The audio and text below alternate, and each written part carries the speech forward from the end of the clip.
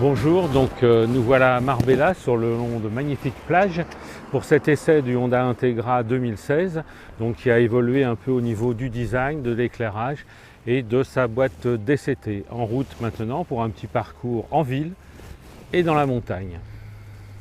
Démarreur, donc on enlève la béquille, sinon on ne peut pas passer le système DCT boîte automatique. C'est parti.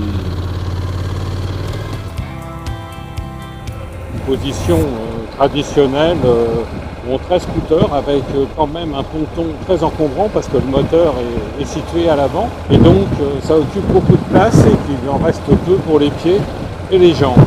On peut un petit peu les allonger mais guère plus. Après son évolution en 2014 avec le passage en 750 cm3, le Honda Integra 2016 reçoit un éclairage à LED à l'avant et à l'arrière, ainsi qu'une instrumentation personnalisable. On peut modifier la couleur des barres du contour parmi une palette de 9 coloris. On apprécie la lisibilité du nouvel agencement des informations numériques. Nous avons compteur et contour, totalisateur partiel, horloge, indicateur de rapport engagé, jauge de niveau de carburant, consommation moyenne et instantanée, l'affichage du mode sélectionné et nouveauté, du niveau de la transmission à double embrayage DCT en mode S.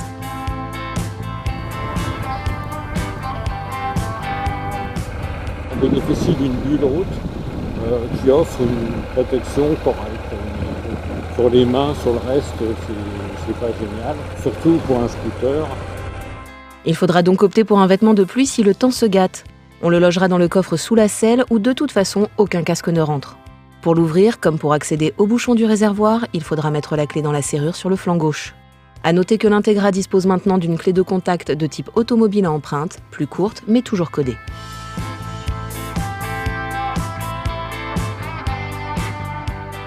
La position est tout à fait correcte, avec un guidon chargé en commande, puisque nous avons droite au coupe-contact et au sélecteur de mode, c'est-à-dire que l'on peut choisir le mode automatique ou manuel, mais également le mode drive, tranquille, bien pour la ville comme nous allons traverser ici, et l'autoroute, et puis un mode sport qui est désormais réglable sur 3 niveaux.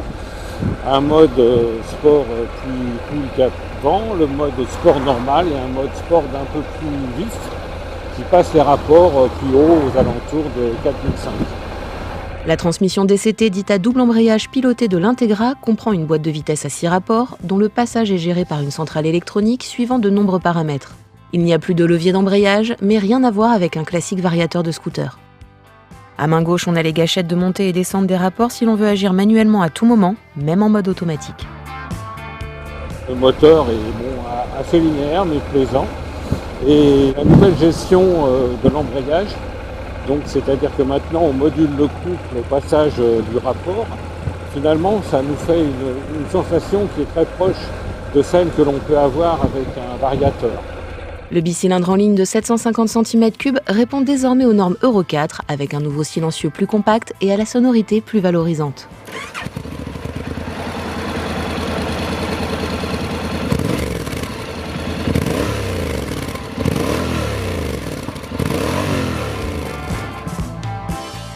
Mais pas de changement de puissance ou de couple notifié par le constructeur. On reste à 55 chevaux avec un couple maxi de 68 Nm des 4750 tours minute.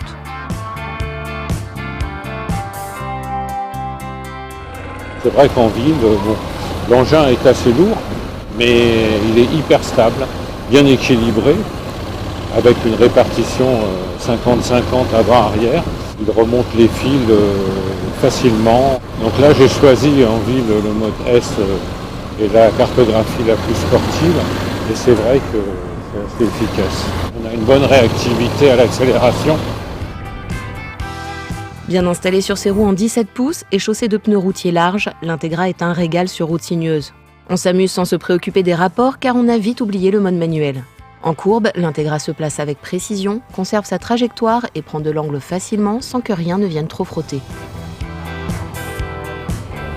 Donc le freinage est efficace, je l'ai trouvé parfait à mon goût. C'est puissant, très dosable et progressif.